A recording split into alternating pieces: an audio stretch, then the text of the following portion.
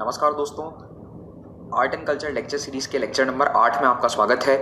इस लेक्चर में मैं आपसे भारत के नृत्य के बारे में बात करूंगा। हम देखेंगे कितने तरह के क्लासिकल डांस हैं, कौन कौन से लोक नृत्य हैं, फोक डांस हैं, उन सभी की हम चर्चा करेंगे एक एक करके। सबसे पहली बात ये समझिए, डांस होता क्या है। नृत्य एक कला की ऐसी शैली है जहाँ पे आप अपने शरीर का इस्तेमाल किसी भावना को बताने के लिए करते हैं। आपके मन में कोई इमोशन है, आप कोई कहानी बताना चाहते हैं, तो उसको अपने शरीर के हिलने डुलने से, हाथ की मुद्राओं से, चेहरे के एक्सप्रेशन से आप दुनिया को बताते हैं। तो ये एक कम्युनिकेशन का माध्यम है। केवल डांस का मतलब ये नहीं है कि हाथ पांव हिला लेना, ये नहीं होता है, ठीक है। डांस एक मीडियम है कम्युनिकेशन का, जिसमें आप बिना बोले केवल अपनी भाव भंगिमाओं से, चेहरे के और हाथ के मुद्राओं से आप अपनी बात या अपनी कहानी बता रहे हैं। भारत में जो डांस की हेरिटेज है लगभग 5000 साल पुरानी है, क्योंकि हमें मोहनजोदाड़ो में डांसिंग गर्ल का स्टैचू मिला था, अगर आपको याद हो। वो लगभग 5000 साल पुराना है और इससे पता चलता है कि सिंधु घाटी सभ्यता के समय से ही डांस का कल्चर भारत में रहा था। और बाद में आगे जाकर डांस जो है उसने एक धार्मिक रूप भी थोड़ा सा ले लिया, क्योंकि मंदिरों में डांस काफ़ी होता था और एक रिचुअल वर्शिप था, यानी कि भगवान की पूजा करने के लिए नृत्य एक माध्यम बन गया। और आगे जाके एक देवदासी कल्चर भी शुरू हुआ था। देवदासी यानी देवताओं की दासी, यानी एक ऐसी महिला जो भगवान की सेवा में मंदिर में ही रह रही है। तो देवदासी नृत्य जो है ये भारत में मध्य युग में थोड़ा सा पॉपुलर हो गया था। और देवदासी परंपरा अब तो नहीं है, क्योंकि इसे बंद कर दिया गया है, क्योंकि देवदासी परंपरा ने एक अलग तरह का रूप ले लिया था। कुछ गलत ट्रेडिशंस उसमें शुरू हो गए थे, तो इसे बाद में रोका गया था। लेकिन पहले ये देवदासी ट्रेडिशन था कि कुछ महिलाएं अपना पूरा जीवन भगवान को समर्पित कर देती हैं, शादी नहीं करेंगी और मंदिर में ही रहेंगी। तो वो जो देवदासी नृत्य था वो काफ़ी फेमस था। तो ये भगवान की पूजा अर्चना के लिए भी डांस का इस्तेमाल होता था। फिर जो अजंता एलोरा की गुफाओं में हमें पेंटिंग्स मिली हैं, जो हमें खजुराहो के स्कल्पचर्स मिले हैं, वो दिखाते हैं लोगों को डांस करते हुए। तो इससे पता चलता है कि भारत में नृत्य एंशिएंट समय से काफ़ी पॉपुलर है। फिर जो नटराज है, जो भगवान शिव का रूप है, याद है हमने डिस्कस किया था नटराज की जो स्टैचू हैं चोल समय से बन रही हैं, और उसकी एक एक चीज़ हमने डिटेल में डिस्कस करी थी आर्ट आर्किटेक्चर में। आई होप आप भूले नहीं हैं। तो नटराज को भारत में डांस का सबसे बेस्ट एग्जाम्पल माना जाता है कि एक नाचते हुए भगवान को हमने इतना अच्छा रूप दिया है और उन्हें इतना पूजा जाता है, इतना माना जाता है। आप कहीं भी जाइए आपको नटराज की मूर्ति बहुत कॉमनली मिल जाएगी। फिर हम आते हैं भरत मुनि के नाट्य शास्त्र पे। तो नाट्य शास्त्र के अंदर डांस, सिंगिंग, इन सभी कलाओं के बारे में बहुत विस्तृत रूप से बताया गया है। और नाट्य शास्त्र के अनुसार नृत्य के 2 अंग हैं। कोई भी डांस होता है उसके दो पहलू हैं या फिर 2 उसके हिस्से होते हैं, ठीक है। तो जो 2 हिस्से हैं वो क्या है, पहला तो है लास्य। तो लास्य जो है ये थोड़ा सा फेमिनिन फॉर्म है, यानी देखो शिव पार्वती जो नृत्य करते थे, तो उसमें जो शिवजी करते थे वो तो होता था तांडव। तो वो एक आदमी का जो डांस है, जो ज्यादा थोड़ा गुस्सैल डांस है, उसे कहा जाता है तांडव, ठीक है। तो ये एक एस्पेक्ट है। तो किसी किसी डांस में तांडव वाला रूप ज्यादा है, यानी उसमें मूवमेंट ज्यादा होगा। लेकिन दूसरी ओर जो पार्वती का डांस होता है वो बताता है लास्य। तो लास्य के अंदर ग्रेस है, गरिमामय डांस है, भाव भंगिमाओं पे बहुत ज्यादा जोर दिया गया है, रस पे बहुत ज्यादा जोर दिया गया है, अभिनय पे, फेशियल एक्सप्रेशंस पे बहुत जोर है। तो ये लास्य और तांडव एक दूसरे के पूरक हैं। दोनों मिलके जब आते हैं तो हर डांस को ये कंप्लीट बना देते हैं। तो कोई डांस है उनमें आप देखेंगे लास्य बहुत ज्यादा है, जैसे मोहिनी अट्टम हो गया। तो मोहिनी अट्टम जो है वो एक तरह का फेमिनिन डांस है।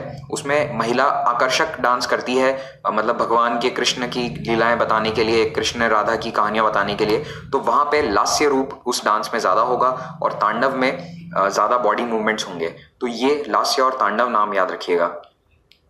फिर डांस के माध्यम से आप 9 तरह के रस या 9 तरह के भाव दुनिया को बता सकते हैं।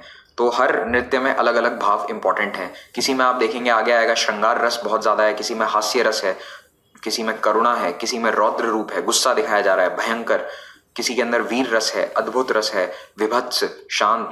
तो ये सभी रस हैं। ये अभिनय में भी जो एक्टिंग सीखते हैं ना, उनको भी ये सब सीखने पड़ते हैं। तो आप देखो ये सब नाट्य शास्त्र के समय से चला आ रहा है कि इतने तरह के रस हैं। और आज भी जो एक्टिंग स्कूल्स हैं वो इस हर तरह के रस जो हैं सिखाते हैं एक्टर्स को, कि आपको ये सारे एक्सप्रेशन अपने चेहरे पे लाने आने चाहिए, तभी आप एक अच्छे एक्टर बन सकते हैं, एक अच्छे कलाकार बन सकते हैं। फिर ये जो मूड है, एक्सप्रेशंस हैं, भाव हैं, ये अलग अलग मुद्रा से बताते हैं। मुद्रा क्या होता है? मुद्रा यानी आप हाथों से जो अपने फिगर बनाते हो वो होता है मुद्रा, और दूसरा आप जो अपने शरीर को टेढ़ा मेढ़ा करते हो वो भी मुद्रा बनाता है। तो जैसे आप भरतनाट्यम में देखेंगे कि घुटने बेंड करके बहुत डांस होता है। जो भरतनाट्यम करते हैं वो बार बार घुटने बेंड करके नीचे बैठते हैं, उठते हैं, तो वो बॉडी का जो एक पोस्चर है वो मुद्रा बताता है, कोई ना कोई मुद्रा। तो 108 बेसिक फंडामेंटल मुद्राएं होती है। अब वैसे तो अनगिनत कॉम्बिनेशन हो सकते हैं, आप अपने हाथ और कमर को एक स्पेसिफिक तरीके में घुमाओ तो वो एक मुद्रा हो जाएगी, लेकिन जो बेसिक फंडामेंटल मुद्राएं हैं वो 108 मानी जाती हैं। फिर अभिनय दर्पण नाम की एक किताब है, नंदीकेश्वर ने लिखी थी। इसमें डांस के 3 बेसिक एलिमेंट बताए गए हैं कि इन 3 मूल बातों से मिलकर डांस बनता है, नृत्य बनता है। तो जो डांस है, नृत्य है, उसमें 3 भाव होते हैं। सबसे पहला होता है नृत्य, फिर होता है नृत्य, और आखिरी होता है नाट्य। तीनों में फर्क क्या है समझना, ध्यान से सुनना। नृत्य का मतलब है केवल आप अपना शरीर हिला रहे हो, डांस स्टेप कर रहे हो, हाथ पांव चला रहे हो, शरीर को आगे पीछे कर रहे हो, ये हो गया नृत्य। इसमें कोई भी एक्सप्रेशन नहीं है, चेहरे पे कोई भाव भंगिमा कुछ नहीं है। नृत्य तो बस ऐसा ही है कि आप बिना किसी एक्सप्रेशन के बस नाचते रह जाओ, तो वो डांस कभी पूरा नहीं होता। आप किसी भी अच्छे परफॉर्मर को देख लो, उसके चेहरे पे हमेशा एक्सप्रेशंस होंगे गाने के अनुसार। वो एक्सप्रेशन किससे आते हैं? नृत्य के भाव से। तो नृत्य में बेसिक मूवमेंट प्लस अपने हाथों से कुछ पोज बनाना या फिर अपने चेहरे से कोई पोज बनाना, ये हो जाएगा नृत्य। तो अगर आप हाथों से कुछ बनाते हैं तो वो हस्त मुद्रा है, और चेहरे पे कोई भाव लेकर आते हैं तो वो कहा जाता है अभिनय। तो जब नृत्य यानी ये नृत्य प्लस नृत्य मिल जाता है, तब बाहर आते हैं सेंटिमेंट्स, इमोशंस, जो आप बात बताना चाहते हो। यानी आप कहानी बता रहे हो कृष्ण की रासलीला की, यानी प्यार मोहब्बत की कहानी अपने डांस के थ्रू आप बताना चाह रहे हैं, लेकिन आपके चेहरे पे तो गुस्सा है, तो फिर वो कहानी का सही रूप बाहर नहीं आ रहा है। तो आपके चेहरे से प्रेम झलकना चाहिए, आंखों से प्यार झलकना चाहिए, तभी वो डांस सक्सेसफुल होगा। और फाइनल जो स्टेप होता है वो होता है नाट्य। तो नाट्य के अंदर आप पूरी कहानी बता रहे हो। तो यहाँ पे हो गया एक्शन यानी डांस स्टेप, यहाँ पे आ गए आपके चेहरे और हाथों के जो मूवमेंट्स हैं जिनसे इमोशंस बाहर आए, और जो पूरी कहानी है यानी ड्रामा है वो आप बताते हो, तो वो हो जाता है नाट्य। तो ये होता है नृत्य और नाट्य। तो नाट्य जैसे देखो कई डांस महाभारत और रामायण की कहानियां सुनाते हैं, तो उन कहानी को पूरा करने के लिए आपको नाट्य चाहिए, आपको ड्रामा चाहिए, तो आपको सारे रस आने चाहिए आपके चेहरे पे, तभी आपको नाट्य कंप्लीशन होगा, यानी ये फाइनल स्टेज होगा। इन तीनों से मिलकर आपका डांस सक्सेसफुल बनता है। और ये हम बात कर रहे हैं भारत के क्लासिकल डांस के लिए। अब आपको जैज करना है या फिर कुछ मॉडर्न डांस करना है तो उन सब के अंदर ये सब लागू नहीं होता है, ये भारत के क्लासिकल डांसेस के लिए है। तो भारत में 8 तरह के बेसिक क्लासिकल डांसेस हैं। क्लासिकल डांस में कुछ बेसिक चीज होती है। पहला, क्लासिकल डांसेस नाट्य शास्त्र के रूल्स के द्वारा उनके ऊपर फिक्स होते हैं रूल। तो जो मैंने आपको रूल बताया, मुद्राएं हैं, रस हैं, ये सब उनमें होना चाहिए। उसके बिना अगर कोई डांस हो रहा है तो फिर वो क्लासिकल डांस नहीं होगा। नाट्य शास्त्र के जो रूल हैं उस पर एप्लीकेबल होने चाहिए। दूसरा, गुरु शिष्य परंपरा। हर क्लासिकल डांस में एक गुरु शिष्य परंपरा होती है कि आप बैठे बिठाए घर पे नहीं सीख सकते कुछ भी। आपको एक व्यक्ति को अपना गुरु बनाना होगा, वो आपको सिखाएगा, सालों साल की विद्यार्जन होगी, फिर आप प्रैक्टिस करेंगे, ट्रेनिंग करेंगे, और फाइनली आप तैयार होंगे उस डांस को परफॉर्म करने के लिए। तो जैसे भरतनाट्यम है, कुचिपुड़ी है, कथकली है, इनमें गुरु शिष्य होते हैं। भरतनाट्यम बिना गुरु के सीखा ही नहीं जा सकता, और जब आप शिष्य बनते हैं तो आपको अपने गुरु को फॉलो करना है, और आगे जाके वापस ये उल्टा हो जाएगा। अगर आप एक्सपर्ट हो जाओगे तो आप नीचे सिखाओगे किसी और को। तो ये गुरु शिष्य परंपरा बहुत इंपॉर्टेंट है। गुरु जी जैसा कहते हैं वैसा करना आपको चाहिए। ये क्लासिकल डांस का एक और बेसिक है। और तीसरा, हम आते हैं मॉडर्न जमाने में। अब आज भारत में हम क्लासिकल डांस किसको कहेंगे? तो संगीत नाटक अकेडमी है, जिसके बारे में मैंने पिछले लेक्चर में बताया था। 1952 में स्थापित हुई थी, दिल्ली में, सरकारी एजेंसी है और इंडिपेंडेंट ऑर्गेनाइजेशन है, सरकार द्वारा स्थापित किया हुआ। आज भारत में संगीत नाटक यानी म्यूजिक और डांस को लेकर जितना भी डेवलपमेंट हो रहा है या अवार्ड्स दिए जाते हैं वो संगीत नाटक एकेडमी द्वारा दिए जाते हैं। वेल, डेवलपमेंट तो सारा ये नहीं करवा रहे हैं, पर देते हैं, सपोर्ट देते हैं काफी। तो संगीत नाटक एकेडमी भारत में 8 डांसेस को रिकॉग्नाइज करती है कि ये क्लासिकल डांस है। पहली चीज, क्लासिकल का मतलब क्या है? क्लासिकल का मतलब है कि कोई डांस बहुत पुराना है, नाट्य शास्त्र के अनुसार चल रहा है, और उसके कुछ फिक्स रूल्स हैं, कुछ तरीके हैं उसको करने के, तो वो हो जाएगा क्लासिकल डांस। तो डांस तो भारत में कई 100 तरह के हैं, लेकिन क्लासिकल डांस केवल 8 हैं, और वो 8 क्लासिकल डांस हैं: भरतनाट्यम, कुचिपुड़ी, कथकली, मोहिनीअट्टम, ओडिसी, मणिपुरी, कथक और सतरिया। यहीं पे स्टेट्स के नाम भी लिख लो ताकि याद रखने में आसानी रहेगी। भरतनाट्यम का उद्भव हुआ था और मेनली आज भी तमिलनाडु में बहुत ज्यादा पॉपुलर है। कुचिपुड़ी है आंध्र प्रदेश, कथकली है केरल, ठीक है, केएल लिख रहा हूँ, आप फुल फॉर्म लिख लेना। मोहिनी अट्टम भी केरल है, और कुछ कुछ जैसे दक्षिणी कर्नाटक है जो केरल से लगता हुआ एरिया है, वहां पे भी कभी कभी होते हैं इसके परफॉर्मेंसेस मोहिनी अट्टम के, पर मेनली आपको केरल याद रखना है, कथकली और मोहिनी अट्टम दोनों। ओडिसी तो नाम से ही पता चल रहा है, ओडिशा। मणिपुरी, मणिपुर। कथक, कथक है मेनली उत्तर प्रदेश का, लेकिन उत्तर भारत में कई जगह होता है, जैसे अब जयपुर है वहां पे भी होगा, जयपुर घराने वगैरह में, लेकिन मेनली उत्तर प्रदेश आपको याद रखना है। और सतरिया है असम। तो पहले तो देखो ये 7 ही हुआ करते थे, सतरिया बाद में जोड़ा है, आई थिंक 7-8 साल या 10 साल पहले ही कुछ जोड़ा गया है। अब कुल मिला के 8 क्लासिकल डांसेस हैं। तो हम एक एक करके सबकी चर्चा करेंगे। शुरू करते हैं भरतनाट्यम से।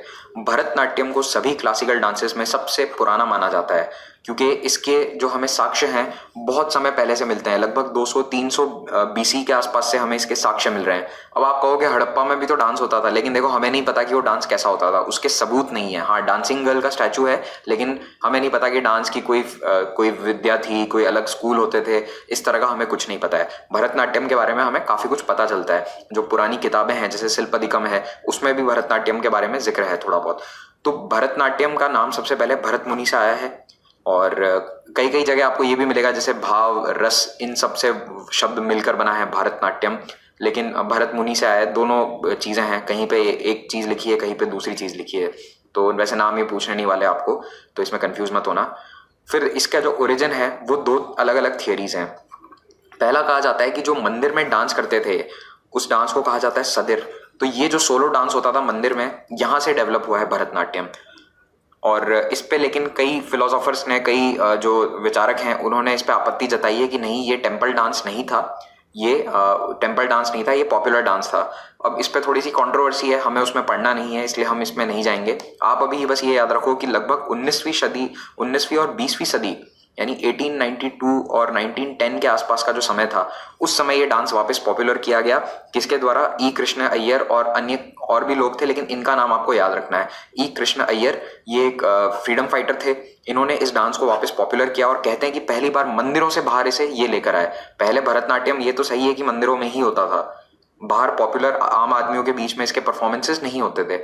तो ई कृष्ण अय्यर के प्रयासों से भरतनाट्यम बाहर भी होने लगा। फिर एक और पर्सनालिटी है रुक्मणी देवी अरुणडेल। इन्होंने इस डांस को ग्लोबल रिकॉग्निशन दिलाई। दुनिया में आज पूरे दुनिया में भरतनाट्यम फेमस है। अगर कोई डांस के बारे में आप डांस और इंडिया शब्द लेते हो तो बाहर के लोगों के दिमाग में कुछ इसी तरह की फोटो आती है फॉरेनर्स के, क्योंकि ये भरतनाट्यम है और इसके बाहर काफी परफॉर्मेंसेस होते हैं। रुक्मणी देवी अरुणडेल, संगीत नाटक अकेडमी, स्पिक मैके, इन सभी ऑर्गेनाइजेशंस ने बहुत काम किया है और भरतनाट्यम के परफॉर्मेंसेस बाहर काफी फेमस हैं। भरतनाट्यम में 2-3 चीजें याद रखना। एक तो ये कि यहाँ पे डांस परफॉर्मेंस सोलो होता है, यानी अकेले एक ही व्यक्ति डांस करता है, और this is done only by women. महिलाएं केवल इस डांस को करती हैं। भरतनाट्यम पुरुष नहीं करते हैं, केवल महिलाएं करती हैं। अब देखो, कोई अपवाद हो सकता है कि एक आध आदमी कर ले, लेकिन ऑफिशियली महिलाएं ही करती है। 99.99% इस डांस को महिलाएं करती हैं। सोलो परफॉर्मेंस होता है स्टेज पे या जहाँ पे भी हो रहा है, और जो करने वाली और जो व्यक्ति है, जो करने वाली औरत है, उसको कुछ चीजें फॉलो करनी होती हैं। पहला, ज्वेलरी, इसकी स्पेसिफिक ज्वेलरी होती है। भरतनाट्यम डांस के बहुत अलग अलग तरह के ज्वेलरी होते हैं। सर पर ये सब पहना जाता है, गले में कुछ पहना जाता है, कमर पे भी कुछ चीजें पहनी जाती है, कंगन वगैरह होते हैं। फिर भरतनाट्यम की एक खास बात और है, यहाँ पे आप देखोगे इसमें घुटने बहुत ज्यादा मुड़ते हैं। जो नी बेंड है इस पे बहुत जोर होता है। कमर इसमें लगभग सीधी रहती है, यानी जो ऊपर वाली बॉडी है इसे ज्यादा नहीं मोड़ते हैं, लेकिन जो लोअर बॉडी है, लोअर बॉडी मूवमेंट बहुत ज्यादा है, यानी इसमें घुटनों के बल नीचे बैठेंगे, खड़े होंगे तो ये एक ट्राइंगल टाइप शेप बन जाएगा। जैसे अगर आप अपने घुटनों के बल बैठ जाते हैं, सोचो ये कोई व्यक्ति है ऐसे, ठीक है, तो अब अगर ये घुटनों के बल बैठा है तो एक ट्राइंगल सा शेप बनाता है। तो ये ट्राइंगल शेप बहुत इंपॉर्टेंट है भरतनाट्यम में। और एक और चीज, हाथ की मुद्राओं का और चेहरे की मुद्राओं का बहुत इंपॉर्टेंस है, यानी हस्त मुद्रा और अभिनय यहाँ पे बहुत इंपॉर्टेंट होते हैं भरतनाट्यम में। और भरतनाट्यम में ड्रेस का भी बहुत रेलेवेंस है। आप कोई भी कपड़े पहन के भरतनाट्यम नहीं कर सकते। स्पेशल ड्रेस होती है इस तरह की जो आपको दिख रही है, इसमें प्लीट्स होते हैं, ये प्लीट्स कहलाते हैं। ये प्लीटेड ड्रेस होती है, सिल्क की बनी हुई, इसे पहन के किया जाता है। और थीम क्या होती है यहाँ पे? धार्मिक होती है, यानी धार्मिक गानों पे या धार्मिक कहानियां बताते हुए आपको कोई अभिनय करना है या फिर कोई स्टोरी बतानी है, वो धर्म से रिलेटेड होगी, धार्मिक होगी यहाँ पे। ये है भरतनाट्यम। तो यहाँ पे लास्य और तांडव दोनों पे लगभग बराबर स्ट्रेस है। ऐसा नहीं है कि लास्य बहुत ज्यादा है तांडव कम है, क्योंकि यहाँ मूवमेंट भी बहुत है। चेहरे की भाव भंगिमाएं भी बहुत ज़्यादा अच्छे से एम्फेसाइज करके बताई जाती हैं। तो लास्य और तांडव दोनों हैं। मुद्रा वाली बात याद रखना, यहाँ पे हाथों की मुद्राएं बहुत इंपॉर्टेंट है। सबसे इंपॉर्टेंट हाथों की मुद्राएं शायद भरतनाट्यम में ही है। कथक मुख हस्त एक बहुत इंपॉर्टेंट मुद्रा है जिसमें ओम बनाया जाता है हाथों से। तो इन 3 उंगलियों से जैसे ओम बनाने की कोशिश की जाती है, तो ये बहुत इंपॉर्टेंट है, सबसे इंपॉर्टेंट मुद्रा है भरतनाट्यम की। फिर भरतनाट्यम को कई बार फायर डांस भी कहते हैं, क्योंकि ऐसा कहा जाता है कि इससे शरीर के अंदर की जो आग है वो आप बाहर दिखा रहे हो। मतलब जो इंसान के अंदर की आग होती है वो एक डांस के रूप में बताई जा रही है। और इसकी जो हाथों की भाव भंगिमाएं हैं वो भी ऐसा ही लगता है जैसे फ्लेम्स चल रही हैं। कई सारी ऐसी हस्त मुद्राएं हैं। फेमस पर्सनालिटी कौन कौन सी हैं? यामिनी कृष्णमूर्ति, लक्ष्मी विश्वनाथन, पद्मा सुब्रमण्यन, मृणालिनी साराभाई, मल्लिका साराभाई। देखो, पर्सनालिटीज आपको याद रखनी है, एमसीक्यू में डायरेक्ट पूछा जा सकता है। हालांकि यूपीएससी इतना शौकीन नहीं है इस तरह के सवाल पूछने का, लेकिन आप भरोसा नहीं कर सकते, पूछे भी जा सकते हैं। तो कम से कम जो मैं 4-5 नाम आपको बता रहा हूँ वो तो याद रख ही लो।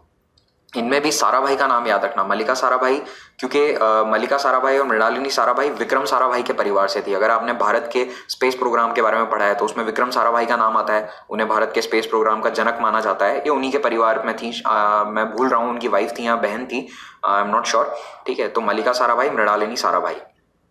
भरतनाट्यम में कॉस्ट्यूम सिल्क साड़ी है, गोल्ड एम्ब्रॉयडरी, बहुत सारे प्लीट्स हैं, काफ़ी ज्वेलरी पहननी पड़ती है, पहले ही बता चुका हूँ। फिर हाँ, ये पाँव में घुंघरू बांधे जाते हैं। तो ये घुंघरू हैं, इसकी बहुत इंपॉर्टेंस है क्योंकि पाँव के मूवमेंट बहुत इंपॉर्टेंट है भरतनाट्यम में। और ये देख ही सकते हैं आप वापस की कैसे घुटने, इसमें घुटने पे बहुत स्ट्रेस होता है, घुटने मोड़ने पड़ते हैं बहुत ज़्यादा। तो पाँव के मूवमेंट को ज़्यादा दिखाना है, अच्छे से दिखाना है। तो अगर घुंघरू है पाँव में तो पाँव के मूवमेंट अच्छे से दिखेंगे। मणिपुरी डांस में इसका उल्टा होता है, वहाँ पे आवाज़ नहीं आनी चाहिए पैरों की अगर डांस होता है, तो इसलिए वहाँ पे घुंघरू नहीं पहने जाएंगे। बाकी लगभग सारे क्लासिकल डांसेस में घुंघरू पहने जाते हैं। फिर यहाँ पे जो बॉडी है वो एक ट्राइंगल का रूप ले लेती है। एक ही डांसर कई तरह के डिफरेंट रोल, यानी कभी वो कृष्ण का रोल निभाएगी, कभी वही डांसर राधा के इमोशंस बताएंगी। तो अलग अलग रोल बताए जाते हैं। और जब डांस परफॉर्मेंस पूरा होता है तो श्लोक के साथ खत्म किया जाता है। और भरतनाट्यम के साथ याद रखना, हमेशा म्यूजिक अकम्पनी होगा। और कौन सा म्यूजिक होगा? कर्नाटिक। ठीक है, मृदंगम या फिर अन्य जो इंस्ट्रूमेंट हैं वो साइड में बैठ के 2-3 लोग बजाएंगे और ये परफॉर्मेंस स्टेज पे होगा। आजकल तो देखो रिकॉर्डेड म्यूजिक के साथ भी हो जाता है, लेकिन जो ओरिजिनल तरीका है, आज भी जो अच्छे परफॉर्मेंसेस हैं वो सब लाइव म्यूजिक का इस्तेमाल करते हैं। अपने साथ कर्नाटिक म्यूजिक वाले जो हैं वो साथ ही रहेंगे। फिर आते हैं हम कुचिपुड़ी पे। कुचिपुड़ी है आंध्र प्रदेश का डांस है। अब कुचिपुड़ी में भी आप देखिए ड्रेस थोड़ी सी भरतनाट्यम से मिलती जुलती है, यहाँ पे भी उसी तरह की ड्रेस है। लेकिन कुचिपुड़ी में 2-3 चीज़ें आपको जो याद रखनी है वो ये कि पहला, ये कहाँ से ओरिजिनेट हुआ था? एक गांव था जिसका नाम था आंध्र प्रदेश में कुचेलापुरम या फिर कुसेलावापुरी। तो यहाँ से निकला, इसीलिए इसका नाम कुचिपुड़ी पड़ा है। इस गांव के पीछे यहाँ के लोग थे, ये गांव गांव जाके कहानियां बताया करते थे और यहीं से ये कला डेवलप हुई। 17वीं सदी में सिद्धेंद्र योगी नाम के एक व्यक्ति ने इस ट्रेडिशन को फॉर्मलाइज किया, यानी उन्होंने इसके बारे में लिखा, कहा कि ऐसे होना चाहिए, कुछ रूल्स एंड रेगुलेशन बना दिए, तो उससे थोड़ा स्टैंडर्डाइज हो गया। और वैष्णविज्म जब से आया है तब से ये, पहले जब वैष्णविज्म आया था तब मेल ब्राह्मण ये इस डांस को करने लग गए थे। अब ऐसा नहीं है, अब ज्यादातर महिलाएं करती हैं, यानी पुरुष भी करते हैं लेकिन महिलाएं ज्यादा करती हैं। भरतनाट्यम में तो एक्सक्लूसिवली महिलाओं द्वारा ही किया जाता है और यहाँ पे मेल ब्राह्मण्स का पहले डोमेन बन गया था, अब नहीं है। कुचिपुड़ी में जो सबसे इंपॉर्टेंट स्टोरी बताई जाती है वो है भागवत पुराण की। तो भागवत पुराण इसीलिए मैंने लाल रंग में लिखा है, हाईलाइट करा है, ये इसका सबसे इंपॉर्टेंट पॉइंट है। भागवत पुराण यहाँ पे एक सेंट्रल थीम है डांसेस के लिए। कुचिपुड़ी को फेमस करने का श्रेय जाता है बाला सरस्वती और रागिनी देवी को। इन्होंने 20वीं सदी में इस डांस फॉर्म को फिर से पॉपुलर बनाया लोगों के बीच में। यहाँ पे श्रृंगार रस की बहुत इंपॉर्टेंस है। श्रृंगार रस क्यों, क्या होता है? प्यार बताने वाला। तो आंखों से प्रेम झलकना चाहिए, मुस्कान दिखनी चाहिए, वो है श्रृंगार रस। फिर इसके कुछ सोलो एलिमेंट्स हैं। देखो, एक होता है मंडूक शब्दम, तो यहाँ पे मेंढक की कहानी बताई जाती है। फिर होता है तरंगम। तरंगम में जो डांसर हैं वो एक थाली के ऊपर डांस करेगी। यहाँ पे देखो, ये एक थाली के किनारे पे खड़ी है और डांस कर रही है, आगे पीछे चलेंगी। और ऐसे में अपने सर के ऊपर कई बार दिया या फिर कोई पानी का घड़ा भी रखा जा सकता है। तो जैसे यहाँ पे एक छोटा सा कलश है, कई बार इसे भी अपने सर पे रखकर थाली के ऊपर खड़े होकर डांस किया जाएगा। तो ये एक स्पेशल चीज है कुचिपुड़ी की, याद रखना, थाली पे डांस होता है। ठीक है, ये हो गया तरंगम। फिर है जल चित्र नृत्यम। इसमें जो डांसर है वो अपने पाँव से ऐसा लगेगा कि स्टेज पे ड्राइंग बना रही है, तो ये होता है जल चित्र। फिर इसके फेमस प्रोपोनेंट्स हैं राधा और राजा रेड्डी, यामिनी कृष्णमूर्ति, इंद्रानी रहमान। इंद्रानी रहमान का नाम बार बार आएगा, कई डांसेस में इसे हाईलाइट कर लेना। इंद्राणी रहमान भारत की 20वीं सदी की डांसर्स में सबसे फेमस नाम है। इन्होंने कई डांसेस को सीखा है और कई डांसेस को प्रोपेगेट किया है। फिर आते हैं तीसरे पे, तीसरा है कथकली। कथकली कहाँ पे होता है? केरल में। कथकली ओरिजिनली दो अलग अलग डांस की विधाओं से, नृत्य विधाओं से मिलकर बना था। एक था रामानट्टम और दूसरा था कृष्णट्टम। आप समझ सकते हैं, राम और कृष्ण भगवान की कहानियां बताते थे डांस के माध्यम से। इन दोनों से मिलकर एक स्टाइल बनी, वो कहलाती है कथकली। कथकली में कथा बताई जाती है, कहानी बताई जाती है, कथा को बताने वाला। तो जैसे उत्तर भारत में कथक है, वो भी कहानी ही बता रहे हैं, इसीलिए उसका नाम भी कथा या कहानी जैसा है। और यहाँ दक्षिण में कथकली भी ऐसा ही नाम है। तो कथकली को पहले जो सामंत थे केरल के, उन्होंने काफी बढ़ावा दिया, फ्यूडल लॉर्ड्स ने। बाद में जब फ्यूडलिज्म खत्म हो गया तो ये डांस भी धीरे धीरे कम हो गया और 18वीं 19वीं शताब्दी के आसपास ये डांस फॉर्म काफी कम होता था। तो इसमें कथकली में कहानियां होती थी, रामायण की, महाभारत की, कृष्ण की, राम भगवान की। ये कहानियां जनता को बताई जाती थी जा जाके अलग अलग जगह पे। फ्यूडल सेटअप खत्म होने के साथ ही कथकली कम होने लग गया। इसे वापस 1930 में फेमस किया मलयाली पोएट वीएन मेनन ने। वीएन मेनन ने केरल के दो जो क्लासिकल डांस है दोनों को फेमस किया, कथकली और मोहिनी अट्टम, दोनों में। अगले में भी इनका नाम आएगा। और एक मुकुंद राजा नाम के व्यक्ति और थे, इन्होंने भी इसे पेट्रनेज दी। त्रावणकोर के थे मुकुंद राजा।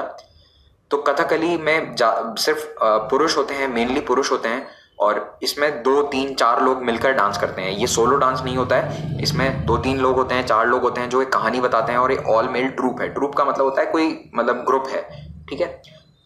यहाँ पे प्रॉप्स का इस्तेमाल बहुत कम होता है। प्रॉप का मतलब ये कि जैसे थाली हो गया या फिर ये जो कलश वगैरह रख के डांस कर रहे हैं, इन सब चीज़ों का इस्तेमाल नहीं होता। इसमें ज़्यादा जोर होता है मेकअप पे। आप देख ही सकते हैं यहाँ पे मेकअप, और ये जो चेहरे के ऊपर ये हेड गियर पहना गया है, यानी जो सर पे मुकुट बांधा गया है, इस पे बहुत जोर होता है। यानी बाहर दूसरे प्रॉप्स इस्तेमाल नहीं होते, लेकिन मेकअप और हेड गियर का बहुत इस्तेमाल है। और हर रंग का मेकअप में अलग अलग महत्व है। अगर हरा रंग है तो वो बता रहा है रिचनेस की, कितनी रिचनेस है, डिसेंसी है। लाल रंग है तो वो बता रहा है कि डोमिनेंस है। ब्लैक कलर है वो शैतान को बता रहा है। येलो कलर महिलाओं को जता रहा है। तो अगर कोई आदमी औरत का रोल प्ले कर रहा है उस ड्रामा में, तो उसके चेहरे पे येलो कलर होगा, उससे पता चल जाएगा सबको कि वो एक औरत है, ठीक है। तो ये हर रंग अलग अलग है। तो देखो आप, इसी चेहरे पे कितने रंग है, येलो भी है, ब्लैक भी है, ग्रीन भी है, रेड भी है। तो ये सभी भाव भंगिमाओं को और ज्यादा हाईलाइट करने के लिए अलग अलग रंग से मेकअप किया जाता है। और ये जो हेड गियर है ये भी काफी इंपॉर्टेंट होता है। कथकली में भाषा कौन सी इस्तेमाल होती है? मणिप्रवलम। ये मलयालम और संस्कृत का मिक्सचर है। और कथकली की खास बात यह है कि इसमें आंखों पे बहुत ज्यादा जोर है। यानी आंखों के जो इशारे होते हैं, आईब्रोज जो ऊपर नीचे करते हैं हम, भौं से जो इशारा करते हैं, उस पर बहुत ज्यादा जोर है। और जो ये जो रस है वो सारे इसी के थ्रू बताए जाते हैं। और Kathakali symbolizes element of sky, यानी आकाश को बता रहा है। जो कथकली डांस है, आकाश की कहानियां हैं, उसके बारे में बताया जा रहा है। फेमस नाम है गुरु कुंचू कुरुप, गोपीनाथ, कोट्टकल शिवरमन और रीता गांगुली। ये कुछ इंपॉर्टेंट नाम है कथकली में। यहाँ पे आप देख सकते हो एक कथकली परफॉर्मेंस चल रहा है। देखो एक आदमी, इसकी ड्रेस देखो कितनी अच्छी है, बड़ी सी ड्रेस है, अलग अलग रंग का मेकअप है, और ये ऐसा लग रहा है जैसे शायद नाराज है, रूठा हुआ है। और ये भी आदमी है, लेकिन इसने येलो पेंट कर रखा है, तो इसका मतलब ये औरत का रोल निभा रहा है। लग ही रहा है, देखो बाल बड़े बड़े कर लंबे लगा रखे हैं, तो ये शायद इसको मनाने की कोशिश कर रही है। इसके चेहरे के भाव अलग ही हैं, इसके चेहरे के भाव बिल्कुल नाराज हैं। तो ये एक टिपिकल कथकली परफॉर्मेंस जारी है। अब आते हैं मोहिनी अट्टम पे, केरल का दूसरा क्लासिकल डांस। मोहिनी अट्टम में मोहिनी का मतलब होता है एक सुंदर महिला, ठीक है। मोहिनी यानी जिसपे आप मोहित हो जाएं, जिसपे आप फिदा हो जाएं। और अट्टम का मतलब होता है डांस। तो ये जो डांस है ये मेनली कृष्ण लीलाओं को बताता है। कृष्ण की जो कहानियां हैं, राधा कृष्ण का जो वर्णन है, उसको बताते हुए कि कैसे कोई महिला आकर्षित करेगी कृष्ण भगवान को अपनी तरफ। मेनली राधा जी हैं या फिर गोपियां हैं, वो कैसे कृष्ण को आकर्षित कर रही हैं, वो सब कहानियां इसमें बताई जाती है। और वो डांस के थ्रू बताई जाती हैं। तो बहुत ही सुंदर सा नृत्य है। ऐसा लगता है कि महिला डांस के थ्रू, मतलब जो कृष्ण भगवान को अपनी ओर आकर्षित करने का काम है वो डांस के थ्रू किया जा रहा है। और इसको डेवलप करने का श्रेय जाता है वाडी वेलु को 19वीं सदी में। और त्रावणकोर के जो राजा हैं उन्होंने इसे काफी संरक्षण दिया। त्रावणकोर केरला में आता है, उसी से 19वीं और 20वीं सदी में ये वापस फेमस हुआ। बाकी उसके पहले तो ये काफी गायब सा ही हो गया था डांस।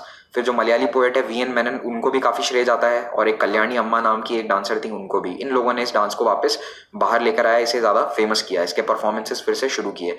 यहाँ ध्यान रखना, ये भी एक सोलो परफॉर्मेंस होता है भरतनाट्यम की तरह, और इसे केवल महिलाएं करती हैं, इसे पुरुष नहीं करेंगे। और यहाँ पे फेमिनिन डांस ऑफ विष्णु, यानी विष्णु के ही अवतार हैं, तो उनके अलग अलग फेमिनिन डांस बताए जा रहे हैं। लास्य का ज़्यादा यहाँ पे एस्पेक्ट, लास्य एस्पेक्ट ज़्यादा हावी है यहाँ पे बजाय तांडव के, यानी यहाँ पे ब्यूटी, ग्रेस, आंखों से सुंदरता बताना, ये सब ज़्यादा इंपॉर्टेंट है यहाँ पे मोहिनी अट्टम में बजाय भरतनाट्यम या कुचिपुड़ी के। और जो यहाँ पे भी एलिमेंट ऑफ एयर सिंबलाइज किया जा रहा है कथकली की तरह ही। और ये एक टिपिकल मोहिनी अट्टम डांसर है। आप देखिए इनके चेहरों के एक्सप्रेशन, चेहरे के एक्सप्रेशन, हस्त मुद्राओं पे काफ़ी ज़्यादा जोर है। ड्रेस भी एक स्पेशल ड्रेस है इसकी, वाइट कलर की है, गोल्ड और वाइट कलर की। तो ड्रेस तो आप देखोगे लगभग थोड़ी सिमिलर ही है भरतनाट्यम में कुचिपुड़ी की, लेकिन थोड़े से बेसिक छोटे छोटे डिफरेंसेस हैं। और इन तीनों साउथ इंडियन डांसेस में गहने, ज्वेलरी, इन सब का भी काफ़ी इंपॉर्टेंस है। यानी डांस सिर्फ ऐसा नहीं है कि आप साड़ी पहन के डांस कर लो जी, नहीं, इनके कुछ स्पेशल ऑर्नामेंट्स हैं वो भी आपको पहनने पड़ते हैं। मोहिनी अट्टम में ग्रेस और एलिगेंस दोनों हैं भरतनाट्यम के, और कथकली की तरह उसमें एक जज्बा है काफ़ी अच्छे से। कथकली और भरतनाट्यम का मिक्सचर करके ये डांस दोनों के मिक्स फीचर्स आपको दिखाएगा। इसके फेमस डांसर्स हैं सुनंदा नायर, कलामंडलम, शेमवती, माधुर्यम्मा, जयाप्रभा मेनन। और सुनंदा नायर भी हैं, ये सुनंदा नायर हैं, ये भी एक फेमस डांसर हैं मोहिनी अट्टम की। अब आते हैं हम ओडिसी पे। ओडिसी उड़ीसा में किया जाता है और ये काफ़ी पुराना डांस है। इसके उदाहरण हमें मिलते हैं उदयगिरी, खंडगिरी की जो गुफाएं हैं वहाँ पे भी ऐसे पेंटिंग्स बनी हुई हैं जिनमें हमें लगता है कि कोई ओडिसी कर रहा है, डांस कर रहा है। इसका नाम आता है औद्र नृत्य से, जो नाट्य शास्त्र में मेंशन्ड है। और पहले इसमें महरी या महर्षि नाम के लोग थे, वो इसे करते थे, यानी बड़े आदमी करते थे, एडल्ट मेल करते थे। और खारवेल जो राजा है फेमस, खारवेल ऑफ उड़ीसा, जो जैन किंग था, उन्होंने भी इसे काफ़ी पेटरनाइज किया अपने दरबार में। 20वीं सदी में ओडिसी फेमस हुआ दो लोगों के कारण, चार्ल्स फेब्री और इंद्रानी रहमान। इनका नाम पहले भी आया था, मैंने आपको कहा था वापस आएगा। तो ओडिसी नृत्य को फेमस करने का श्रेय काफ़ी हद तक इंद्रानी रहमान को जाता है। इन्होंने ओडिसी को फिर से प्रोमिनेंस में लाया। और यहाँ पे भी वैष्णविज्म की थीम काफ़ी दिखेगी।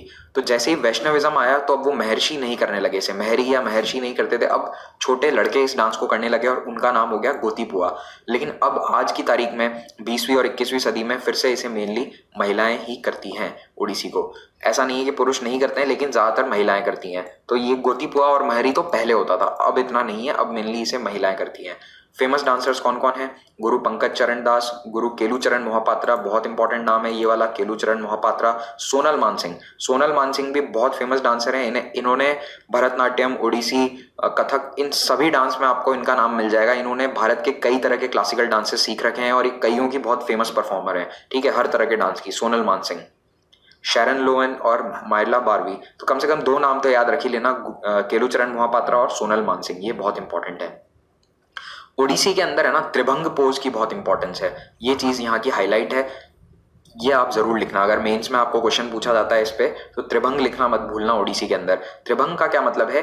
जैसे आपकी ये बॉडी है तो तीन जगह से ये बेंड होगी, ठीक है, 1, 2 और 3, तो इसमें 3 बेंड होंगे। तो पहला देखो यहाँ इस डांस में, देखो पहला बेंड है यहाँ इनकी गर्दन मुड़ी हुई है, दूसरे इस डांसर यहाँ पे कमर के यहाँ से मुड़ा हुआ है, और तीसरा है घुटना। तो 3 जगह, तो यानी त्रिभंग पोज हो गया ना ये, ठीक है, 3 जगह से बेंट है, 1, 2, 3।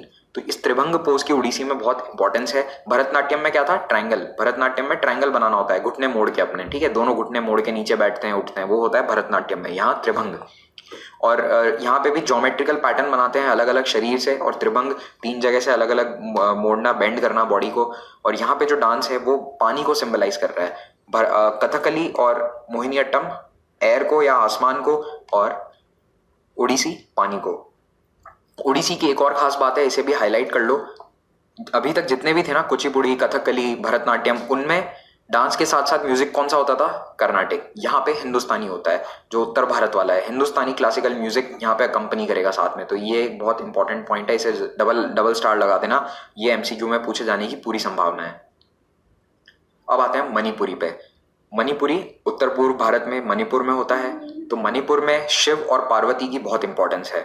तो शिव भगवान और पार्वती का जो डांस होता था, या उनका जो उनकी बातें हैं, उनकी कहानियां हैं, उन्हें बताने के लिए ये डांस फॉर्म बनाया गया। लेकिन धीरे धीरे जब वैष्णविज्म आया 15वीं सदी में, भक्ति मूवमेंट के साथ साथ वैष्णविज्म वहां पे पहुंचा मणिपुर, और वैष्णविज्म पहुंचने के बाद शिव और पार्वती की जगह मेन पोजीशन किसने ले ली? कृष्ण भगवान की कहानियों ने। तो कृष्ण सेंट्रल थीम बन गए, और अब ये ज्यादातर महिलाओं द्वारा किया जाता है मणिपुरी। लेकिन जो इसमें अभी भी एक कृष्ण भगवान का रोल है, वो कभी कभी पुरुष कर सकते हैं। ज़्यादातर महिलाएं ही करती हैं, कृष्ण का रूप भी वही करती हैं, लेकिन कभी कभी पुरुष कर सकते हैं। पर जो मेन मणिपुरी डांस है, जो कृष्ण राधा की कहानियां हैं, उसमें जो महिलाओं का जो डांस है वो हमेशा महिलाएं ही करेंगी। यहाँ पे रविंद्रनाथ टैगोर को काफ़ी श्रेय जाता है इस डांस को हाईलाइट करने का। उन्होंने अपनी यूनिवर्सिटी शांति निकेतन में इस पे काफ़ी जोर दिया और इसको बढ़ावा दिया। और मणिपुरी डांस में ये जो ड्रेस है, ये ड्रेस बहुत इंपॉर्टेंट है, अलग ही तरह की ड्रेस होती है, तो इसका नाम आपको पता होना चाहिए। मणिपुरी ड्रेस में इसे कहते हैं पतलोई और लहंगा कहलाता है कुमिन। और इस कुमिन के साथ साथ ऊपर सर पे एक बिल्कुल ट्रांसपेरेंट सी ओढ़नी होती है। तो ज़्यादातर डांस में आपको चेहरे को कवर करते हुए कुछ नहीं दिखेगा, लेकिन यहाँ पे चेहरे पे एक हल्का सा पर्दा है, इसे कहते हैं वेल। ठीक है, इंग्लिश में पर्दे को ऐसे कहते हैं वेल। तो ये ट्रांसपेरेंट होता है, ऐसा नहीं है कि पूरा चेहरा छिपा रहा है, लेकिन इस डांस में इसे इस्तेमाल किया जाता है। और पुरुष जो है कृष्ण भगवान का रोल करते हैं, तो वो सैफरन कलर पहनेंगे, भगवा रंग पहनेंगे कृष्ण भगवान दर्शाते हुए। तो देखो यहाँ पे एक कृष्ण भगवान है और उनके तरफ तीनों तरफ बहुत सारे लोग, बहुत सारी महिलाएं डांस कर रही हैं। तो इसमें सोलो परफॉर्मेंस नहीं होता है, इसमें 2 से ज़्यादा लोग परफॉर्म करते हैं। और मणिपुरी डांस की सबसे खास बात, यहाँ पे पाँव में कोई घुंघरू नहीं पहने जाते, कोई एंकल बेल नहीं है, क्योंकि मणिपुरी डांस में पाँव को बहुत धीमे से स्टेज पे रखना होता है। मतलब ऐसा कहते हैं कि अगर पाँव रखने की आवाज़ स्टेज पे आ गई तो फिर वो अच्छा मणिपुरी डांस परफॉर्मेंस नहीं है। तो यहाँ भरतनाट्यम और कथक की तरह नहीं होता है। कथक, भरतनाट्यम, इनमें पाँव को बहुत जोर जोर से स्टेज पे रखते हैं ताकि घुंघरू की आवाज़ आए, स्टेज की आवाज़ आए, लेकिन यहाँ ऐसा नहीं है, कदमों को बिल्कुल हल्के हल्के से करेंगे। तो अगर आप कभी मणिपुरी परफॉर्मेंस देखें तो आप देखेंगे कि उसमें मूवमेंट बहुत लाइट होते हैं, हल्के हल्के मूवमेंट होते हैं, कदम की बिल्कुल आवाज़ नहीं आती है। तो यहाँ पे मेन फीचर क्या है? डिवोशन। यहाँ भी कृष्ण भक्ति है। क्योंकि इस डांस में चेहरा कवर्ड है और फेशियल एक्सप्रेशंस इतने ज़्यादा नहीं दिखते हैं, तो यहाँ पे मेन इंपॉर्टेंस है हाथों की। हस्त मुद्रा बहुत इंपॉर्टेंट है, और साथ साथ में पाँव के जो मूवमेंट हैं वो बिल्कुल जेंटल होने चाहिए, हल्के होने चाहिए, और सबसे ज़्यादा यहाँ पे जोर रहता है हाथों पे। तो हाथों की मुद्राएं अलग अलग मणिपुरी डांस में देखने को मिलती हैं। इनमें सबसे फेमस है नागबंद मुद्रा, जिसमें नागबंद मुद्रा में एक देखो ऐसा सांप बनाया जा रहा है, नाग जैसे, जो डसने के लिए नाग तैयार हो, वैसी मुद्राएं बनाई जा रही है मणिपुरी में। मणिपुरी डांस की फेमस परफॉर्मेंस बहुत सिंपल है। झावेरी सिस्टर्स का नाम याद रख लेना। झावेरी बहनें हैं, 4 बहनें हैं, नयना, सुवर्णा, रंजना और दर्शना। ये चारों झावेरी सिस्टर्स हैं, और उसके अलावा गुरु विपिन सिंह। तो यहाँ पे नाम याद रखने ज़्यादा डिफिकल्ट नहीं होंगे आपके लिए। अब आते हैं हम कथक पे। कथक है उत्तर भारत में, उत्तर प्रदेश, मेनली उत्तर प्रदेश का डांस है। कथक भी नाम से ही पता चल रहा है कि कथा, कहानी बता रहे हैं, तो कोई ना कोई कहानी बताई जा रही है इस डांस के थ्रू। और इसका जो ओरिजिन है वो बताया जाता है, जो रासलीला, कृष्ण की रासलीला है, ब्रज भूमि से, मथुरा वृंदावन वाला जो एरिया है, वहां से ये डांस फॉर्म चला आ रहा है। कथा यानी कहानी, और कथक यानी जो कहानी बता रहा है, ये 2 टर्म्स याद रखिएगा। और पहले ये केवल मंदिरों में होता था, लेकिन मुगल काल में इसे कोर्ट में इस डांस का कोर्ट में प्रवेश हुआ, यानी मुगल दरबार में भी आया, और दरबार में इसके जो मुगल बादशाह थे या जो अवध के नवाब थे, उन्होंने इसे बहुत बढ़ावा दिया। खास करके अवध का जो नवाब था, नवाब वाजिद अली शाह, उन्होंने उसे बहुत बढ़ावा दिया, और तब ये कोर्ट डांस काफ़ी प्रोमिनेंट हो गया, और पब्लिक यानी बाहर कॉमन लोगों में भी काफ़ी फेमस हुआ। और इसमें जो इन्फ्लुएंस है वो काफ़ी पर्शियन कॉस्ट्यूम्स का, स्टाइल ऑफ डांसिंग का। तो जैसे हिंदुस्तानी म्यूजिक में भी पर्शियन इन्फ्लुएंस था, वैसे ही हिंदुस्तानी जो डांस है, कथक, नॉर्थ इंडियन जो डांस है, उसमें भी काफ़ी ईरानी या फिर पर्शियन कॉस्ट्यूम्स या इन्फ्लुएंस आपको देखने को मिलेगा। तो यहाँ पे 2-3 चीज़ें आप देखिए। पहला, यहाँ पे ड्रेस इतनी ज़्यादा इंपॉर्टेंट नहीं है जितनी भरतनाट्यम में थी, यानी यहाँ ड्रेस थोड़ी सी सिंपल है, प्लेन है, इतने गहने वगैरह यहाँ नहीं पहने जाते हैं, लेकिन घुंघरू पहनना ज़रूरी है। कथक बिना घुंघरू के हो ही नहीं सकता है। घुंघरू, क्योंकि कथक में पाँव का मूवमेंट बहुत इंपॉर्टेंट है, ज़ोर ज़ोर से इसमें उछलते हैं, नीचे ज़मीन पे कूद के गिरते हैं, स्पिन करते हैं हवा में, ये सब कथक में बहुत होता है, तो इसीलिए घुंघरू के बिना कथक पॉसिबल नहीं है। कथक का जो क्लासिकल स्टाइल है, इसे फिर से पॉपुलर करने का श्रेय जाता है लेडी लीला सोखे को 20वीं सदी में। और कथक की एक खास बात है जुगलबंदी। जुगलबंदी यानी कथक में जो डांसर है और जो हिंदुस्तानी म्यूजिक साथ में बैठ के बजा रहे हैं, यानी तबला तो होगा ही होगा, ठीक है, तबला प्लेयर तो बिल्कुल ज़रूरी होता है कथक में। उनके बीच में एक तरह का कंपटीशन होता है कि कौन बेहतर बजाता है। तो जैसे तबला प्लेयर अचानक से थोड़ी देर बाद अपने तबले की ट्यून फास्ट कर देगा, तो डांसर भी उसको मैच करेगा। कथक जो डांस कर रहा है वो भी उतना ही फास्ट डांस करेगा। लेकिन कई बार अगर डांसर बहुत अच्छा बेहतरीन डांस कर दिया तो फिर तबला वाला फिर से थोड़ा धीरे हो जाएगा, और या फिर वापस और तेज़ हो जाएगा। तो ये एक तरह का कॉम्पिटिशन थोड़ा सा चलता रहता है, जुगलबंदी इसे कहते हैं। तो ये जुगलबंदी काफ़ी इंपॉर्टेंट होता है और लोग इससे बंध जाते हैं। तो हिंदुस्तानी म्यूजिक और कथक एक दूसरे से बहुत अच्छे से जुड़े हुए हैं, दोनों एक दूसरे के पूरक हैं। बिना हिंदुस्तानी म्यूजिक के कथक नहीं है और बिना म्यूजिक डांस के म्यूजिक भी इतना इंपॉर्टेंट नहीं होगा। फिर जैसा हिंदुस्तानी म्यूजिक में था वैसा ही यहाँ पे भी है कि यहाँ पे इम्प्रोवाइजेशन कर सकते हो, आपकी मर्जी है, आप थोड़े बहुत चेंज कर सकते हो रूल। भरतनाट्यम, कथकली, इनमें क्या है कि जो फिक्स सेट हैं, फिक्स मुद्राएं हैं, जो फिक्स पोजीशंस हैं, वही आप इस्तेमाल कर सकते हो डांस में। आप अपने हिसाब से कोई चेंज नहीं कर सकते, यहाँ पे आप चेंज कर सकते हो। तो स्पॉन्टेनिटी है यहाँ पे। आपको लगता है कि मैं कुछ डांस का जो सीक्वेंस है वो चेंज कर दूं, तो आप चेंज करिए, फ्रीडम है आपको, आज़ादी है इस तरह के इम्प्रोवाइजेशन करने के। तो इसीलिए यहाँ पे भी घराने बन गए, जैसा म्यूजिक में था वैसा ही यहाँ पे भी घराना सिस्टम थोड़ा सा फॉलो होता है। फिर देखो कथक में भाव, राग और ताल पे काफ़ी जोर है। फुटवर्क बहुत इंपॉर्टेंट है, स्टार मार्क कर लो इसमें। पैरों के जो मूवमेंट है सबसे इंपॉर्टेंट है। पहले ये सोलो परफॉर्मेंस होता था, फंडामेंटली आज भी सोलो परफॉर्मेंस है, लेकिन अब आप देखोगे 2 या 3 लोग भी परफॉर्म करते हैं। खास करके अब आजकल जो बाहर परफॉर्मेंसेज होते हैं उसमें तो 4, 5, 6 जनों के ग्रुप भी होते हैं, लेकिन जब शुरू हुआ था तब मेनली इसमें एक ही व्यक्ति परफॉर्म करता था। सोलो परफॉर्मेंस से ही शुरुआत हुई थी। थीम क्या है जनरली? राधा कृष्ण, ठीक है, कृष्ण भगवान। पेंटिंग और डांस तो सारा कृष्ण भगवान के पीछे ही चल रहा है भारत में। इन्होंने अगर अपनी रासलीलाएं नहीं करी होती तो आज डांस और पेंटिंग तो भारत में इतना अच्छा होता ही नहीं। खैर चलो, मजाक नहीं है, भगवान है, कोई ऑफेंड मत हो जाना, मजाक कर रहा हूँ ऐसे ही। फिर डांस जो है वो स्लोली शुरू होता है और धीरे धीरे तेज होता है, जैसा हिंदुस्तानी म्यूजिक में था, याद करिए, धीरे धीरे शुरू होता है फिर आगे जाके फास्ट होता है। फुटवर्क और स्पिन, उछल के हवा में घूमना, ये इसकी खास चीज होती है। और अभिनय पे बहुत स्ट्रेस है, एक्सप्रेशन आंखों के द्वारा। हिंदुस्तानी म्यूजिक इसमें साथ में कंपनी करता है, तबला, सितार, संतूर, ये सभी। कॉस्ट्यूम में घुंघरू बहुत जरूरी हैं, घुंघरू के बिना कथक हो ही नहीं सकता। महिलाएं यहाँ पे लहंगा चोली या चूड़ीदार कमीज पहनती हैं और पुरुष सिर्फ धोती और या फिर कुर्ता चूड़ीदार पहन सकते हैं, या कई बार केवल धोती और ऊपर कुछ नहीं पहनते, ऐसा भी हो सकता है। तो दोनों चीजें हैं, मतलब यहाँ पे फ्रीडम है, आपको जैसा करना है आप करो। कथक में घराना स्टाइल है, घराना सिस्टम है, जैसा हिंदुस्तानी म्यूजिक में भी है। तो लखनऊ घराना है, इसे नवाब वाजिद अली शाह ने बहुत प्रमोट किया और इसमें एक्सप्रेशन पे बहुत ज़्यादा जोर है। फिर है जयपुर घराना, इसकी शुरुआत करी भानु जी ने। यहाँ पे स्पीड पे बहुत ज़्यादा जोर दिया जाता है, रिदम पे बहुत ज़्यादा जोर दिया जाता है। रायगढ़ घराना राजा चक्रधर सिंह के पेट्रनेज में काफ़ी फला फूला है। और बनारस घराना जानकी प्रसाद के अंडर में। और यहाँ पे फ्लोर वर्क है, एम्फेसिस ऑन सिमेट्री, ये सब चीज़ें आपके लिए इंपॉर्टेंट नहीं है, आप नाम याद रख लो वो भी बहुत है, क्योंकि इतना एग्जाम में एक्चुअली में याद नहीं रखा जा सकता कि किसमें फ्लोर वर्क है, किसमें एक्सप्रेशन है, फ्लुएंसी है। अगर आप नाम भी याद रख सकें तो काफ़ी अच्छा रहेगा। लखनऊ, जयपुर, रायगढ़ और बनारस, ये सबसे इंपॉर्टेंट घराने हैं कथक के।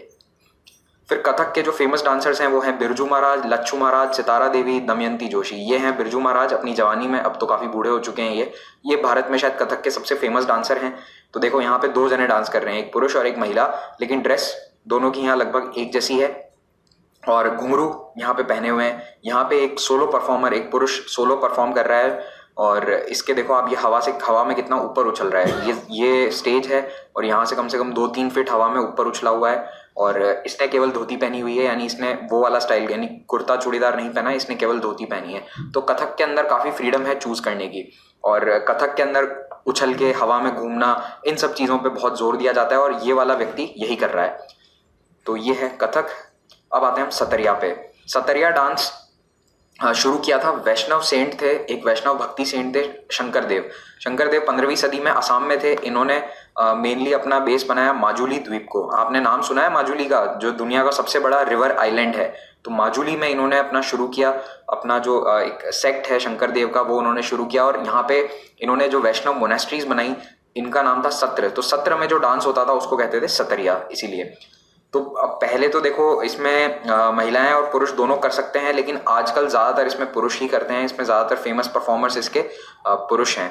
सतरिया का जो एक वर्णन है वो नाट्य शास्त्री में भी कुछ उस तरह का डांस बताया गया है, लेकिन उसका नाम ये नहीं था, उस वक्त सतरिया नाम नहीं था। भक्ति मूवमेंट के समय ये मेनली शुरू हुआ है 15वीं-16वीं शताब्दी में। और इसको करने वाले जो मेल मॉन्क्स हैं, जो उन सत्र में रह रहे हैं, उन मोनास्ट्री में रह रहे हैं, उनको कहते हैं भोकत आसामी भाषा में। और जो सतरिया डांस है अब 2 तरह में विभाजित हो चुका है, गयान भयनार नाच और खारमनार नाच, ये 2 इसके मॉडर्न अलग अलग विभाजन है। तो सतरिया में देखिए सिंपल डांस है, ज़्यादा पाँव के मूवमेंट पे काफ़ी स्ट्रेस है, हाथों पे और फेशियल एक्सप्रेशन पे वापस यहाँ पे भी बहुत जोर है। ड्रेस इतनी ज़्यादा नहीं है यहाँ पे, मणिपुरी की तरह बहुत इंपॉर्टेंट ड्रेस नहीं है। अब आते हैं हम भारत के लोक नृत्य पे, फोक डांसेस ऑफ इंडिया। तो भारत में सबसे महत्वपूर्ण folk dance exam point of view से आप लोगों के लिए है वो है छऊ। छऊ आता है छाया शब्द से और इसमें एक मास्क पहन के डांस किया जाता है। तो देखो ऐसा होता है छऊ डांस, ये एक टिपिकल छऊ डांस का परफॉर्मेंस चल रहा है। छऊ डांस पूर्वी भारत में किया जाता है और इसमें अलग अलग तरह के मार्शल मूवमेंट्स होते हैं। मार्शल का मतलब जो लड़ाई लड़ते हैं ना उन्हें मार्शल कहते हैं। तो जो मार्शल पीपल या मार्शल डांस है उसमें लड़ाई को दिखाया जा रहा है। तो जैसे देखो इस व्यक्ति के हाथ में तलवार है तो ये थोड़ा सा मार्शल डांस ही कह सकते हो आप एक तरह से इसे। तो इसमें 3 स्टाइल हैं छऊ की। पहला है सरायकेला छऊ जो झारखंड में है, फिर है मयूरभंज छऊ उड़ीसा में और पुरुलिया छऊ पश्चिम बंगाल में। तो वैसे ये एरिया सब पास पास में ही है, झारखंड उड़ीसा पश्चिम बंगाल का जो बॉर्डर है वहां पे आपको ये एरिया देखने को मिलेगा, लेकिन तीनों की स्टाइल अलग अलग है। बहुत इंपॉर्टेंट है इसीलिए लाल रंग में लिखा हुआ है, हाईलाइट किया हुआ है सरायकेला, मयूरभंज और पुरुलिया छऊ। मयूरभंज छऊ में मास्क नहीं पहना जाता, बाकी दोनों में मास्क पहनते हैं। तो ये देखो अलग अलग मास्क है, बड़े बड़े हेड गियर पहन के डांस कर रहे हैं। और इस डांस को 2010 में यूनेस्को ने अपनी इनटेंजिबल कल्चरल हेरिटेज लिस्ट में शामिल किया था। आगे जाके एक छोटा सा लेक्चर होगा जिसमें मैं आपको टेंजिबल और इनटेंजिबल हेरिटेज लिस्ट और यूनेस्को वर्ल्ड हेरिटेज लिस्ट में भारत में कौन कौन से स्मारक हैं वो सब बता दूंगा। अभी आप इतना याद रख लो, इनटेंजिबल का मतलब है जिसे आप छू नहीं सकते, टेंजिबल का मतलब है कोई ऐसी चीज जिसे आप छू के बता सकते हो। जैसे मैं आपको बोलूं कि आपका फोन है तो फोन क्या है, एक टेंजिबल ऑब्जेक्ट है, आप उसे हाथ में ले सकते हो, छू सकते हो। लेकिन मैं आपको कहूं कि आपके संस्कार, तो आपके संस्कार इनटेंजिबल हैं, आप उसे बता नहीं सकते कि ये रहे मेरे संस्कार, लेकिन वो आपके कल्चर में आपके बिहेवियर में आते हैं। तो वही चीज है, इनटेंजिबल ऐसी चीज है जिसे आप एक्सपीरियंस कर सकते हो, उसे आप कहीं ऐसा नहीं है कि फिजिकली आप रख सकते हो। तो भारत के जो किले हैं, पुरानी बिल्डिंग्स हैं, वो सब टेंजिबल हेरिटेज है। और इनटेंजिबल वो है जैसे डांस हो गया, लैंग्वेज हो गई, ये सब इनटेंजिबल कल्चरल हेरिटेज होती है। फिर आते हैं डांडिया रास पे। तो पूर्वी भारत से अब हम आ गए पश्चिमी भारत में। तो गरबा और डांडिया ये 2 गुजरात के फेमस फोक डांस हैं। दोनों नवरात्रि के समय किए जाते हैं। मेनली नवरात्रि के जो 9 दिन होते हैं उनमें ये डांस होता है। और गरबा जो है, गरबा पहले होता है हमेशा, और गरबा में कोई चीज इस्तेमाल नहीं होती, हाथ से गरबा किया जाता है। और उसके बाद डांडिया होता है जिसमें ये लकड़ी की जो स्टिक आपको दिख रही है, इन्हें कहते हैं डांडिया, इन स्टिक्स को कहते हैं डांडिया। तो इन लकड़ी की स्टिक्स से एक दूसरे के साथ डांस किया जाता है। गरबा गोल होता है, सर्कुलर डांस है। मेनली इसे महिलाएं ही करती हैं, आज भी गरबा ज्यादातर महिलाएं करती है। अब आजकल तो देखो हर कोई करता है, लेकिन जो ट्रेडिशन है, ट्रेडिशनली आज भी गाँव में जो गरबा की शुरुआत है वो गाँव में महिलाएं ही करती हैं। अब शहरों में तो कल्चर काफी अलग हो चुका है। तो आपको गरबा डांडिया देखना है तो आप देखेंगे कई फिल्मों में आजकल दिखाया जाता है। जैसे ये एक सीन है, कौन सी फिल्म थी ये, आई थिंक वो संजय लीला भंसाली की जो भी फिल्म थी उसमें आपको ये देखने को मिलेगा। पर एक्चुअली में वैसा नहीं होता जैसा फिल्मों में दिखाते हैं। बस आपको एक याद रहे, क्योंकि फिल्में फेमस होती हैं इसीलिए मैं आपको थोड़ा फिल्मों का उदाहरण दे देता हूँ। लेकिन ऐसा नहीं है कि जो फिल्म में दिखाया गया है वो ट्रेडिशनल गरबा है। गरबा गोल होता है, आपको ये याद रखना है कि गर्भगृह गोल है। और गर्भगृह में यानी जो एक दीपक लगाया जाता है माता जी के लिए, वहां पे एक भगवान का स्थान बनाया जाता है उन नवरात्रि में माता जी को पूजने के लिए, उस वहां से वर्ड निकला है गरबा, गर्भगृह से, ठीक है। फिर है डांडिया रास। तो डांडिया रास गरबा के बाद होता है और ये आजकल ज्यादा पॉपुलर है यंगस्टर्स के बीच में। तो आजकल तो गुजरात, महाराष्ट्र, उत्तर भारत सब जगह ये डांस आपको देखने को मिलेगा नवरात्रि के 9 दिनों में। फिर आते हैं तरंग मेल। तरंग मेल गोवा का डांस है जो गोवा में दशहरा और होली के आसपास किया जाता है। फिर आता है घूमर नृत्य। तो ये राजस्थान का बहुत ही फेमस लोक नृत्य है और नितिन सिंघानिया की किताब कहती है कि ये केवल भील समुदाय से करता था। तो ऐसा नहीं है, ऐसे केवल भील समुदाय नहीं करते थे, इसे कई लोग करते थे। मेनली ये महलों में होता था घूमर। और घूमर आता है घूमने से, जैसे गोल गोल इसमें घूमते हैं। और ये देखो आप, ये महिलाएं गोल गोल घूम रही हैं, इसीलिए ये डांस का नाम भी घूमर है। और इसमें हाथ के मुद्राओं पे बहुत ज़्यादा जोर होता है, हाथ के मूवमेंट्स बहुत इंपॉर्टेंट होते हैं इसमें।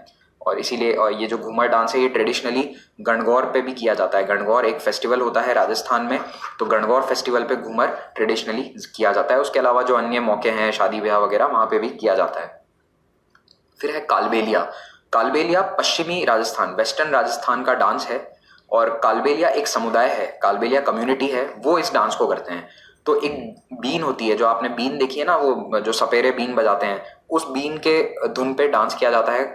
और ये जो डांसर है ये भी सांप की तरह ही उस मूवमेंट को कॉपी करने की कोशिश करेगी, ठीक है। तो ये कालबेलिया नृत्य काफी फेमस है। आप रिपब्लिक डे परेड देखिए, जनरली ये कालबेलिया नृत्य उसमें शामिल होता है, कई बार शामिल हो चुका है।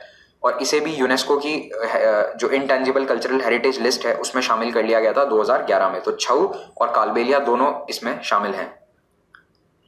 फिर आते हैं चारबा। तो चारबा हिमाचल प्रदेश का डांस है, इसे दशहरा के समय किया जाता है। फिर है भांगड़ा या गिद्धा। तो भांगड़ा करते हैं पुरुष और गिद्धा करती हैं महिलाएं। ये पंजाब का डांस है। आई एम श्योर आपने किसी ना किसी फिल्म में या टीवी पे कभी ना कभी भांगड़ा जरूर देखा होगा, बहुत फेमस है अब तो ये भारत में। और पहले ये ट्रेडिशनली कब किया जाता था, जैसे लोहड़ी है या फिर कोई हार्वेस्ट फेस्टिवल्स हैं उन पे किया जाता था इसे। और अब तो शादी ब्याह हर मौके पे करते ही हैं।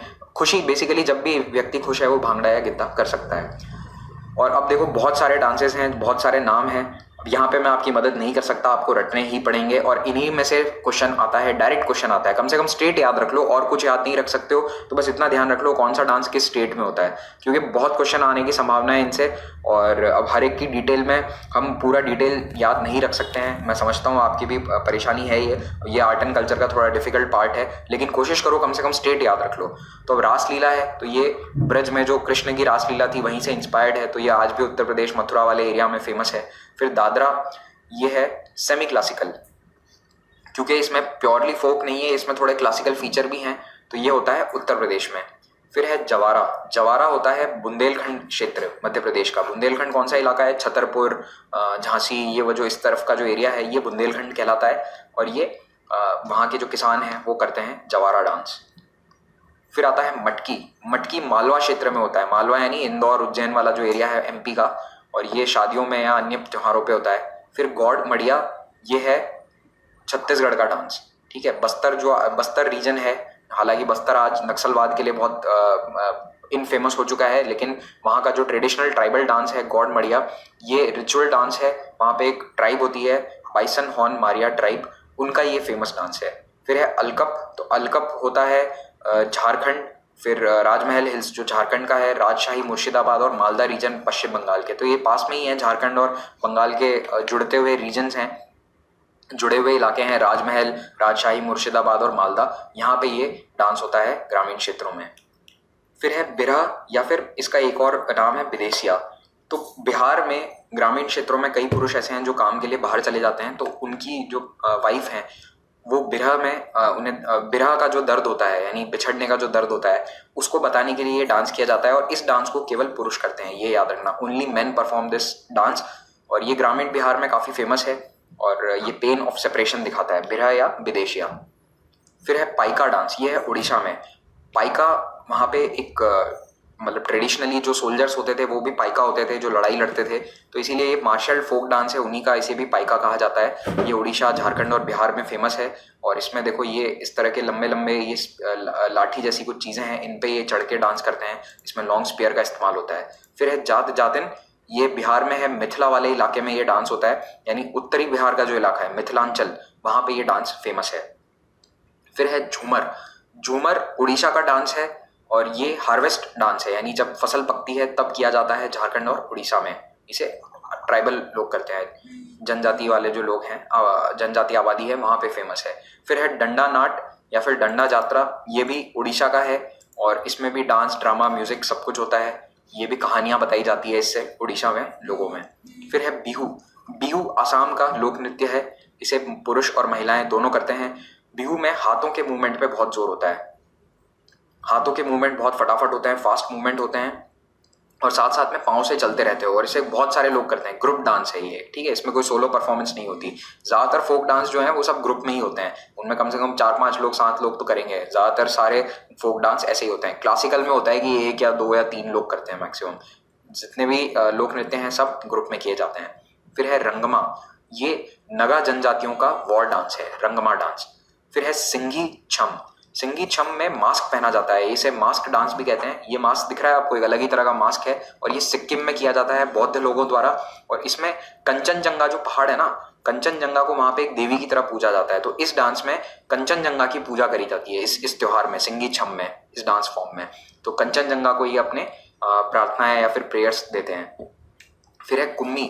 कुम्मी डांस है तमिलनाडु और केरल का, इसे महिलाएं करती हैं मेनली।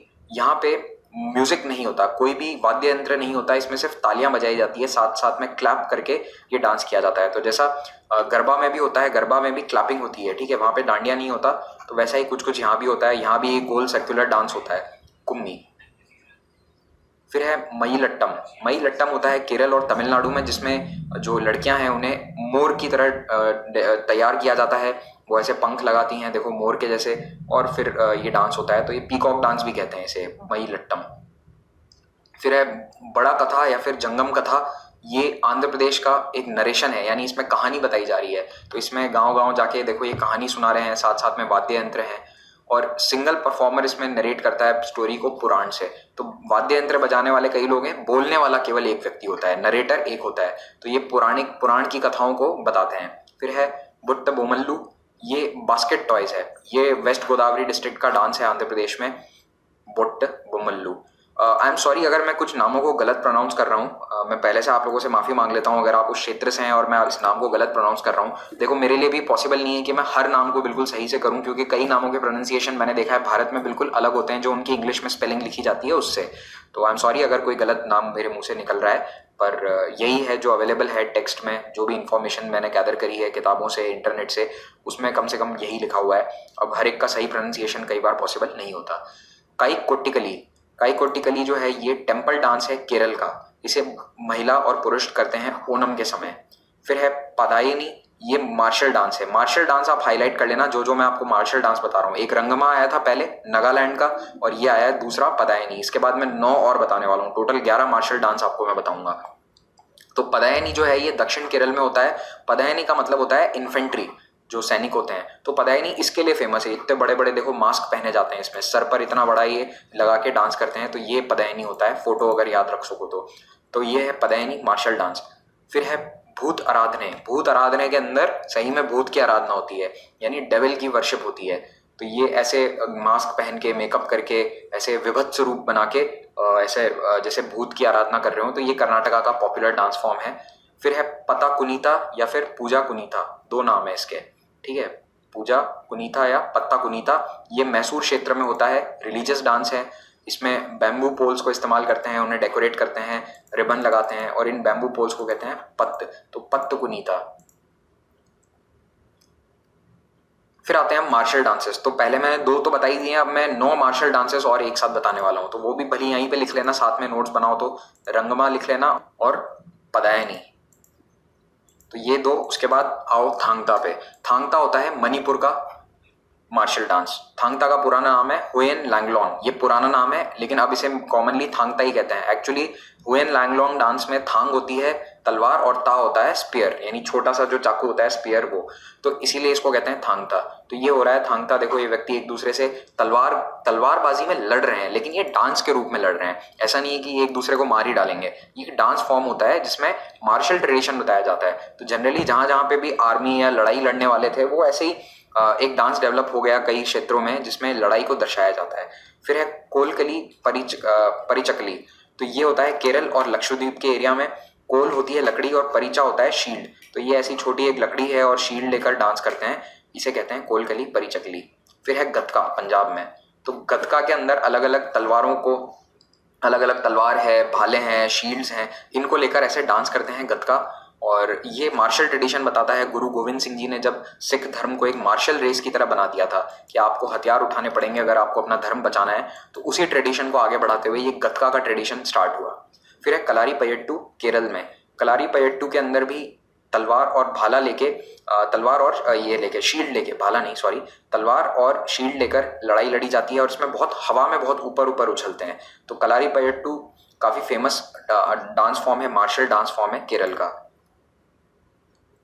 फिर है सिलंबम। सिलंबम तमिलनाडु में होता है। इसमें लाठी लेके जो ये लड़ाई है, ये लाठी लेके लड़ाई लड़ी जाती है। और इसी का एक और फॉर्म होता है कुट्टू वरिसाई। कुट्टू वरिसाई के अंदर लाठी इस्तेमाल नहीं करते, यानी अनआर्म्ड है, बिना हथियारों के ये सेम डांस होता है, तो इसे कहते हैं कुट्टू वरिसाई। फिर है मस्ती युद्ध। ये बिना किसी हथियार के होता है। इसमें बस ऐसे जैसे कुश्ती लड़ते हैं ना, उस तरह का कुछ डांस होता है। अनआर्म्ड मार्शल आर्ट है बनारस का। लाठी, तो लाठी लेकर भी कई जगह गांव में डांस होता है, मार्शल डांस होता है, क्योंकि लाठी जो है वो सबसे कॉमन हथियार है एक आम आदमी का।